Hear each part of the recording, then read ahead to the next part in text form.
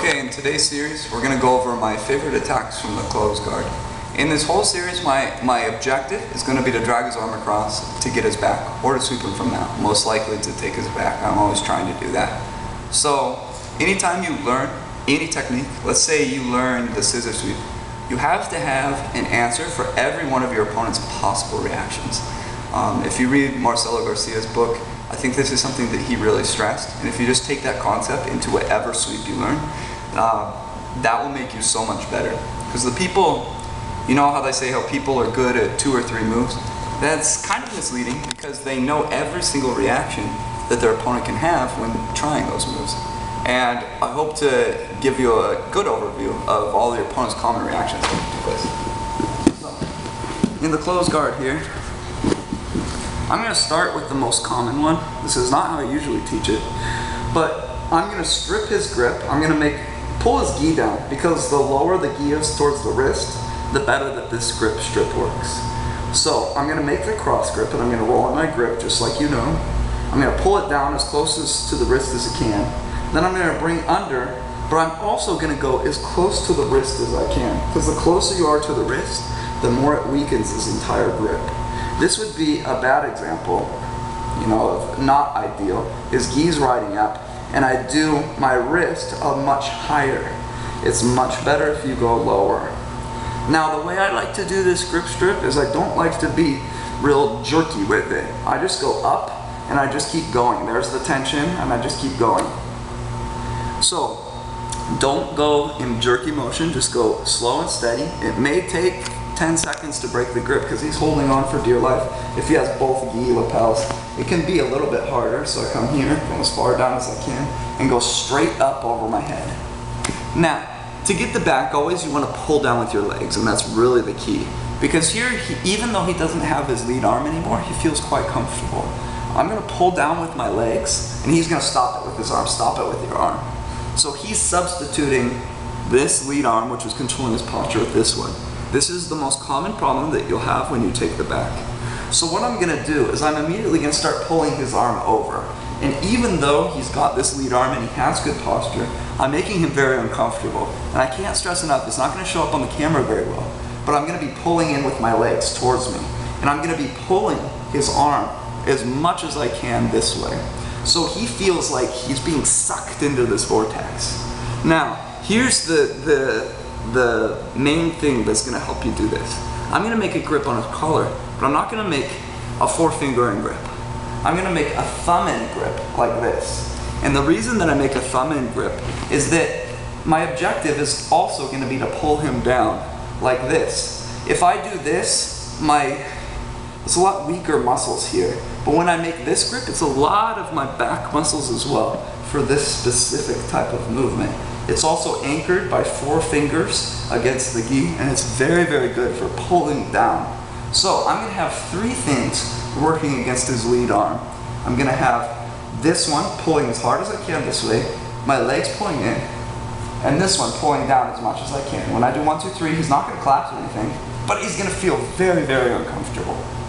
Now, once I have control of this, I have enough control to where I can open my guard and start to hip out a little bit.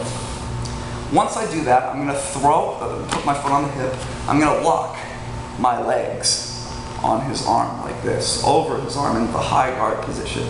Now, just because he's being my test dummy right now, he's not moving. This would obviously be a very stupid position for his arm, because I could just go for the arm bar. And the arm bar is always a possibility from this position.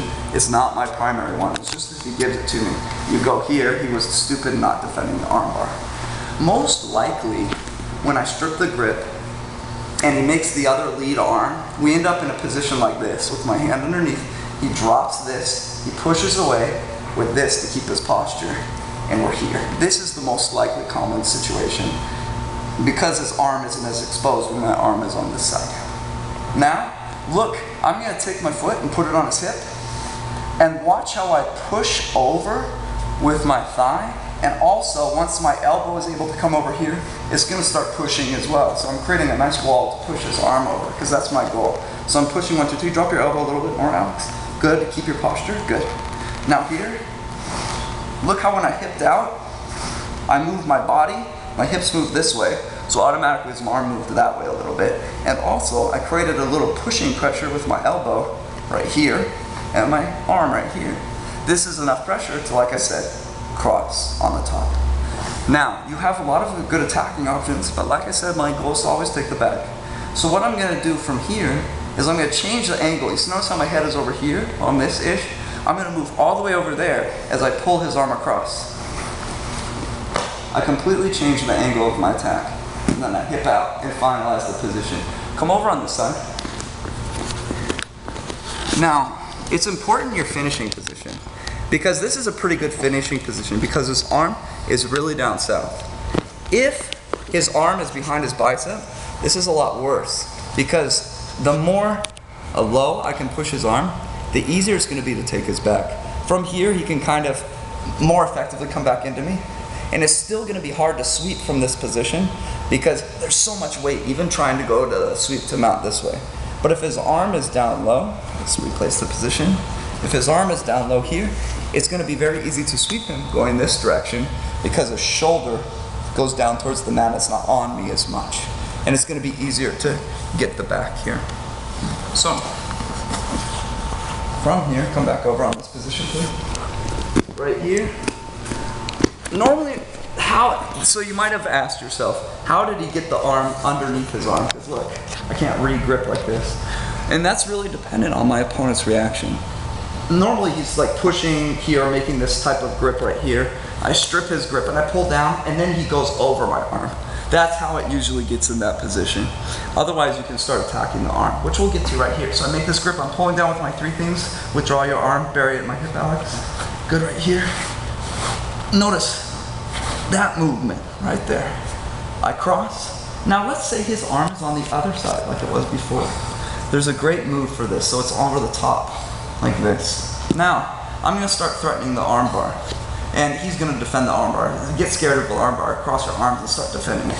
This, and start to stack me even. He's worried about the arm bar here. Makes sense because the arm bars will come position. Stack me more. Good, even more. This makes it easier to cross the arm. So I might even fake an arm bar like this. As long as I keep this cross grip, I'm happy. So once he's stacked me, I'm gonna undo this, and I'm gonna punch it to the other side. And take the back this way. So anytime I go for I don't like arm bars from the closed guard. Anytime I go for one, it's usually to take the back.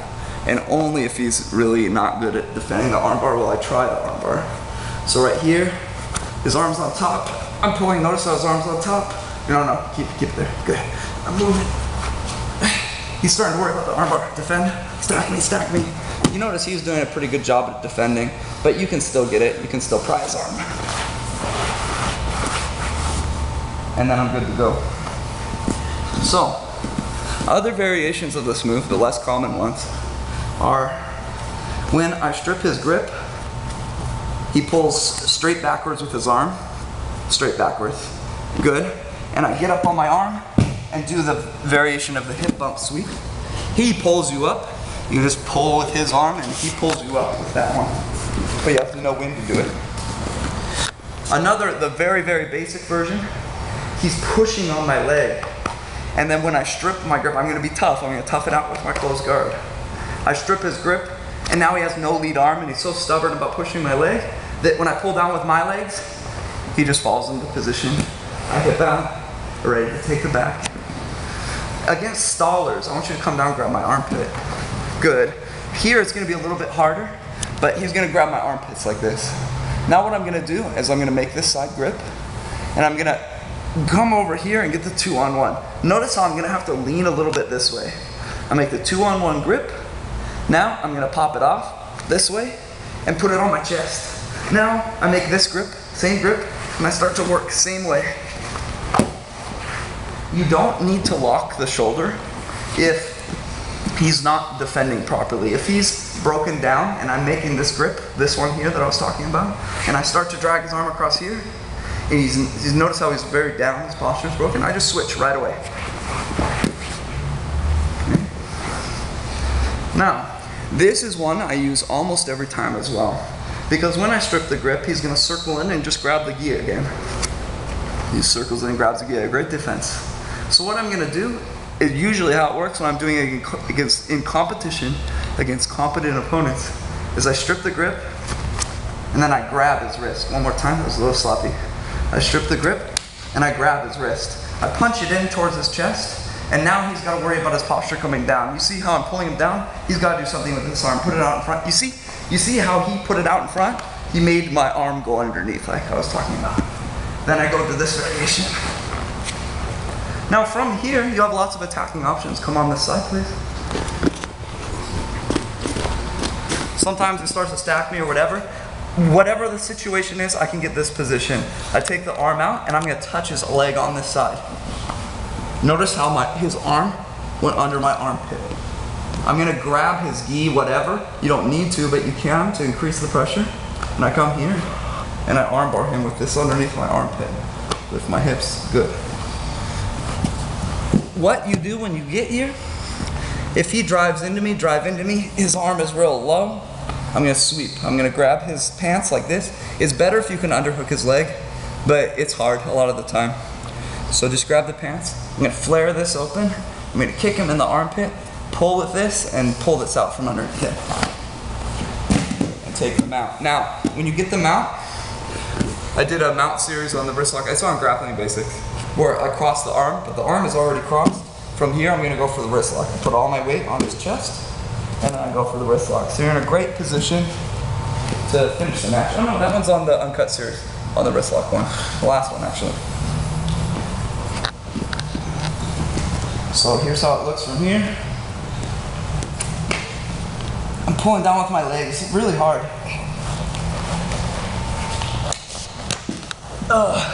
Good, now, if I want to take the back, which is always what I want, there's 3 grips with this one. This is good. It's like we're at Home Depot. This is better if I can manage, if his gi is loose, to get the lapel. If I can grab the lapel, it's better control, especially for that sweep. And best, where you're almost guaranteed to take the back, is if I can feed this underneath and grab it with my arm here. This is definitely the best because it keeps his arm in this position when I let go and I get the back. How to get the back? I move my head all the way backwards and I get up on this shoulder. It's like I'm a gate. I just open right here. I'm a gate, and then it's easy to get up on that arm. If you just try and get up on the arm, it doesn't work. So you gotta move and come back here. So if my opponent drives his energy into me, backwards into me, like he will, maybe he's trying to rotate his head underneath my armpit, rotate, show the escape, the other armpit. Good. He's trying to get out like this and free himself. If he's giving me that energy, you try the sweep to mount. If he's just kind of accepting this position here, then you're gonna go to the back. And you're gonna have to be like this. I go here, he drives into me, go back to the sweep doesn't work, and I get up. Now from here, I have long legs, so I can't just rotate my hooks in. I grab his wrist like this. So what I usually have to do is I usually have to kick his leg. There's the space the size of Texas here, but it's normally not like that. I'm gonna have to kick his leg and then get my hooks in. And immediately I wanna roll to the side and start attacking. So I always attack the same side. Come over in front here. If he has his other arm forward, I don't care, I still attack the other one. Let's say, for example, he's gonna have both hands in the pants. Right here on the belt, on the pants, he's working the knee on the butt pass. So what I'm gonna do is I'm gonna make a cross grip, and often, especially when he's tightening my pants, you're gonna push them up as high as you can and drop your elbows here. It's hard to get underneath here. It's really hard. So what you're gonna do to make a little bit of space is you're gonna rotate your hips this way without opening your guard. Now over here, come over here on this side. It creates just enough space to get going when my hips are this way. I grab my own wrist and then I pop it off as I rotate my hips back. So this arm can be forward too, it doesn't matter. But when this arm's in the back like this, I rotate this way, creates a little bit of space to get it in. Then I come back and pop it off and then continue. Often I'll grab the wrist. If I really respect my opponent, I always grab his wrist when I try this. So let's see if there's anything else. Oh yes. If he's just here, one tool that you have where he's just kind of hunkering down on this arm, you know, I stripped his grip already, but he comes down really low. is I grab the 2-on-1 here, we're behind his tricep, and I still have a hold of the cross grip. And then I'm going to put my head on the ground and start bucking my hips as I push over with every buck. Like that. I often use this in combination with this technique here. So I'm coming over, maybe he's just too low, it's hard to lock his shoulder. And then I get the position. Immediately working for the back. So this is one of my strongest positions, and I learned it from studying Hodger tapes. This is Hodger's favorite position from the closed guard. He'll always attack with it. This is actually how he broke Jacare's arm. He was not looking for the arm. He was looking for the back take, dragging it across, and just the arm was there by coincidence. But if you watch any of Hodger's black belt matches from closed guard, you're going to find this one first. So it was really the first move that really opened up my eyes to studying techniques as they were done in competition. When I was a blue belt in particular, but white and blue I guess, I was all about instructional DVDs. I watched every single instructional DVD you could imagine. But honestly, I would watch 3 instructional DVDs and maybe get 1 move. Because how they teach it and how it was actually done was different. I think most of you know this. But in my experience, what I discovered is it's not their teaching that's wrong. It's the situation that the opponent is creating is wrong. So it's not in a realistic manner and how they're demonstrating it because of how their partner is reacting. So when you study and break down tapes of competition, you really see how both people move in a competition setting, because they move a little bit differently than when you're demonstrating a technique. So I just wanted to encourage that. Hope these techniques help. Thank you.